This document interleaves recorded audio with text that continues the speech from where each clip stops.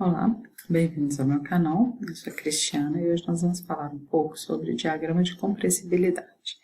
Vamos imaginar que a gente tem um gás contido em um cilindro por um pistão e esse conjunto está sendo mantido em uma temperatura constante. Esse pistão ele pode ser movimentado para diferentes posições de maneira que possa ser atingido uma série de estados de equilíbrio a uma temperatura constante.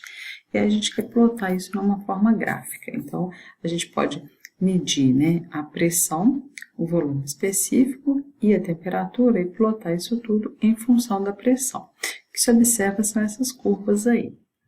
Se essas curvas forem extrapoladas para o limite aí da pressão tendendo a zero, para a pressão igual a zero, o que se observa é que todas essas curvas elas se encontram em um determinado ponto, que foi chamado de R barra. Esse R barra é a constante universal dos gases, porque ela assume o mesmo valor para todos os gases. É importante que aqui, esse volume é o volume específico em base molar, tá? Então, metros cúbicos por quilomol. E aí, essa constante universal dos gases, ela também é dada em base molar, por isso essa barra aqui. Então, no sistema internacional, essa constante teria a unidade de 8,314 joules por quilomol Kelvin, ou 1,986 BTU por libra vezes mol grau Rankine, ou 1545 pé libra força libra mol grau Rankine. Bom, e aí que a gente pode definir um fator de compressibilidade Z, que é dado como a razão entre PV e RT. Tá? Só para voltar aqui para lembrar, quando no limite da pressão tendendo a zero, eu tenho PV sobre T. Então, esse R aqui, se eu passar ele para cá, aí eu vou ter a razão PV sobre RT. E essa razão PV sobre RT é chamada de fator de compressibilidade. Se a gente optar por tentar não trabalhar em base molar, o que a gente tem? O que é o volume específico em base molar? Vai ser a massa molecular vezes o volume específico em base mássica. Tá? Então, se eu divido os dois aqui, eu consigo definir o meu fator de compressibilidade em base mássica. Então, ele seria PV sobre RT. Mas é muito importante frisar, ressaltar bem que esse R barra aqui é diferente desse R. E tem que ser, porque esse aqui eu tenho o mesmo Z, mesma pressão e mesma temperatura. Se eu estou mudando o V barra para V, esse R barra tem que ser diferente do R. Então, esse R é a constante de cada gás. Como que ele é obtido? Pela razão entre a constante universal dos gases, aquela 8.314 joules por quilomol Kelvin, dividido pela massa molecular de cada gás. Tá? Esse R ele tem unidades diferentes, seria joule por quilograma Kelvin, BTU por libra grau Rankine, ou P vezes libra força por libra grau Rankine. E não tem um valor para ele, porque cada gás vai ter um valor diferente, porque se eu pegar a constante universal dos gases, R barra, e dividir pela massa molecular, como cada gás tem uma massa molecular diferente, um peso molecular diferente, cada gás vai ter uma constante diferente.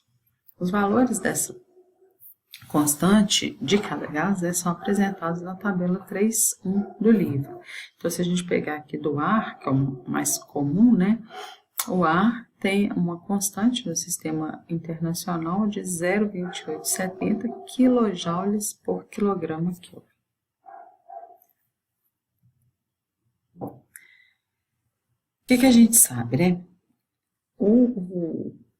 Esse R barra, a constante universal dos gases, é o limite de PV sobre T quando a pressão tende a zero. E, então, se eu passar esse R para cá dividindo, eu vou ter que PV sobre RT vai ser igual a 1. Bom, no limite PV sobre RT ser igual a 1, o fator de compressibilidade dos gases ideais é igual a 1. Tá? Então, para gases ideais, vale essa relação, a equação dos gases ideais. PV igual a RT. A equação nessa forma ela é dada em base molar. Então, V barra é o volume específico em metros cúbicos por quilomol e o R é a constante universal dos gases ideais. E o valor de Z vai depender da faixa de temperaturas e pressões em que eu estiver. Tá? Quando no limite, né, da pressão tendendo a zero, o Z vale 1. Mas se eu tiver uma pressão diferente dele, eu tenho que, de alguma maneira, conseguir determinar esse fator de compressibilidade. Então, existem os diagramas de compressibilidade, tá? Ou diagrama Z. Se a gente olhar aqui, a gente tem na ordenada o Z, que é o fator de compressibilidade, e na abscissa aqui, eu tenho, não está aparecendo no gráfico, mas é a pressão reduzida, esse PR. Então, eu tenho esse gráfico aqui, vocês podem observar que tem diferentes linhas. Cada linha para um TR diferente. O que é PR e TR? Então, PR é a pressão reduzida, que é a razão entre a pressão e a pressão crítica, e o TR é a temperatura reduzida, que é a razão entre a temperatura e a temperatura crítica. Esses valores de pressão crítica e temperatura crítica são dados em tabelas também do livro. É interessante a gente observar que esse diagrama ele foi plotado para diferentes substâncias, tá? E usando-se nessa forma adimensional, né, P sobre PC e T sobre TC, todas as substâncias, todos os gases coincidem, as linhas coincidem, ou praticamente coincidem para cada uma delas. Nessa figura aqui, esse diagrama, a gente pode ver que a pressão reduzida vai de 0 até 7. Tá? No limite, para a pressão tendendo a 0, todas as curvas chegam aqui no Z igual a 1. Tá? Mas pode-se plotar esse gráfico também, passou, em faixas diferentes, para a gente poder visualizar e conseguir achar de uma maneira melhor. Tá? Então, a gente tem a figura A1 do apêndice, lembrando que eu uso aqui é o Moranho Shapiro, tá? E atualmente a gente está na 8ª edição. Então, nesse livro, né, a pressão reduzida de 0 até 1, na figura A2 de 0 a 10 e na figura A3 de 10 a 40. Então, aqui ó, seria a figura A1, tá? Indo de 0 até 1.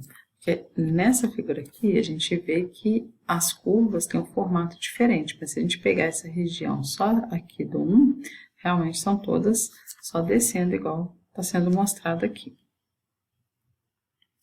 Eu plotei aqui somente a figura A1, as outras eu não coloquei porque a gente pode ver isso no apêndice mesmo, não tem necessidade de mostrar. E aqui está aparecendo, né, a pressão reduzida, que no gráfico do slide anterior tinha sido cortada. Bom, então, resumindo, né, o que a gente viu até aqui? Que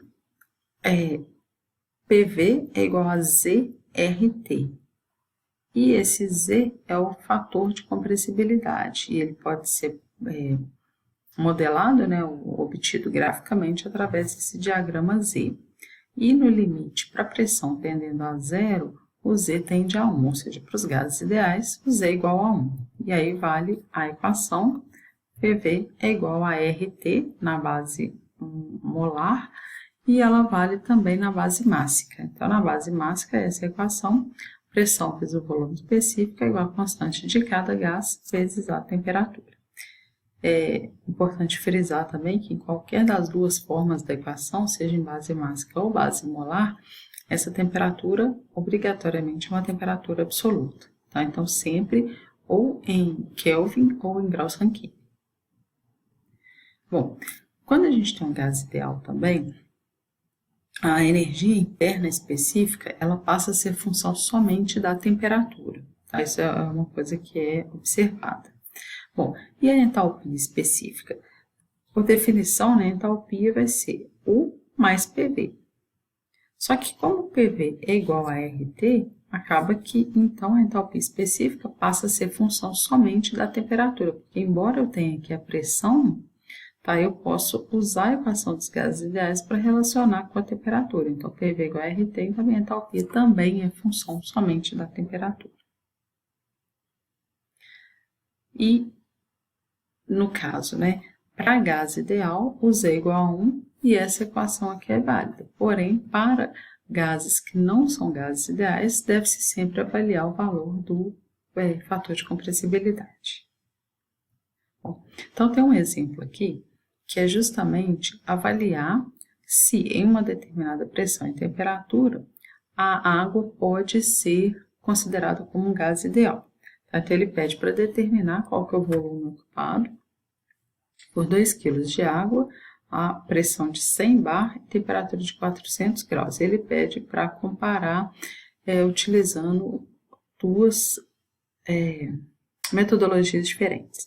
Então, primeiro, utilizando os dados de compressibilidade generalizada, ou então dados das tabelas de vapor. Então, na letra A, ele pede para avaliar a compressibilidade. Então, o que a gente vai fazer? A gente vai primeiro nessa tabela A1, para poder achar os valores de PC e TC, né, pressão crítica e temperatura crítica, e a partir delas, encontrar os valores de PR e TR, que são pressão e temperatura reduzidas, que são usados no diagrama de compressibilidade. Então, a gente viu aí a pressão crítica 220,9 bar e a temperatura crítica 647,3 Kelvin. Então, com isso, a gente consegue determinar a pressão reduzida, que é a pressão dividida pela pressão crítica, fundamental que elas estejam na mesma unidade, tá? Então, a pressão crítica aqui está em bar, e a pressão dada também está em bar, tá? As duas na mesma unidade, então a pressão reduzida 0,45. Temperatura reduzida aqui também sempre em escala absoluta, tá? Então, não vou trabalhar com temperaturas em graus Celsius. Então, ele me deu aqui a temperatura 400 graus Celsius, então eu tenho que converter para Kelvin. Então, 673,15. E a temperatura crítica, 647,3, me dá um valor de 1,04. Então, com esses dois valores, a gente pode ir no diagrama de compressibilidade. Então, pressão reduzida, temperatura reduzida. E aí, aqui está o gráfico, então. Vou tirar a câmera da frente. Pressão reduzida, 0,45. Então, eu tracei essa linha aqui, ó, vermelha, vertical, passando por ele.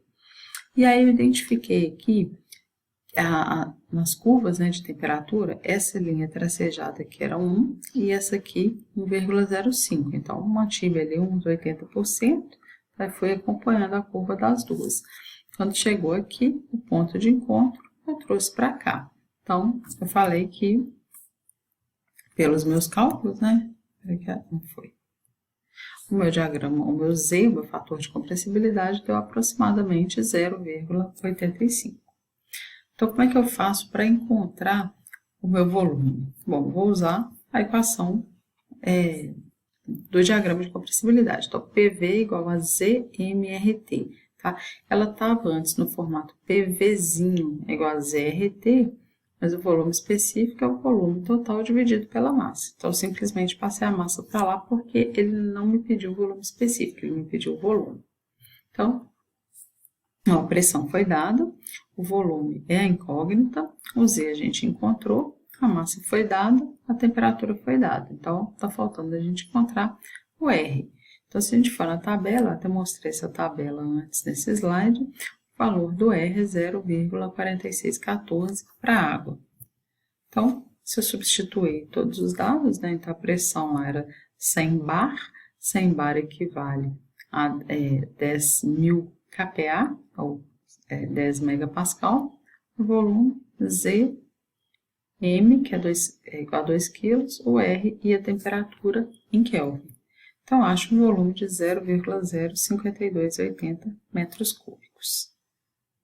Então, tem que guardar esse número, né, para depois a gente comparar com o valor do volume que a gente encontrou usando as tabelas de vapor. Então, como é que é na tabela de vapor? Eu tenho aqui, né, a pressão de 100 bar, a temperatura de 400 graus Celsius. Então, o meu volume específico é 0,02641 metros cúbicos por quilo. Então, V é MV. Então, eu jogo a massa vezes o volume, que me deu 0,05282. Então, usando o diagrama de compressibilidade 5280, usando as tabelas de vapor 5282. Então, deu uma diferença de 0,037%. Então, nessa temperatura e nessa pressão, o diagrama de compressibilidade, ele se adequou muito bem. A gente viu que o Z foi 0,85, então quer dizer que se a gente utilizasse o modelo de gás ideal para a água, ia ficar bem afastado, dá uma diferença grande, porém, usando esse diagrama de compressibilidade, a gente chegou bem perto do valor tabelado. Bom,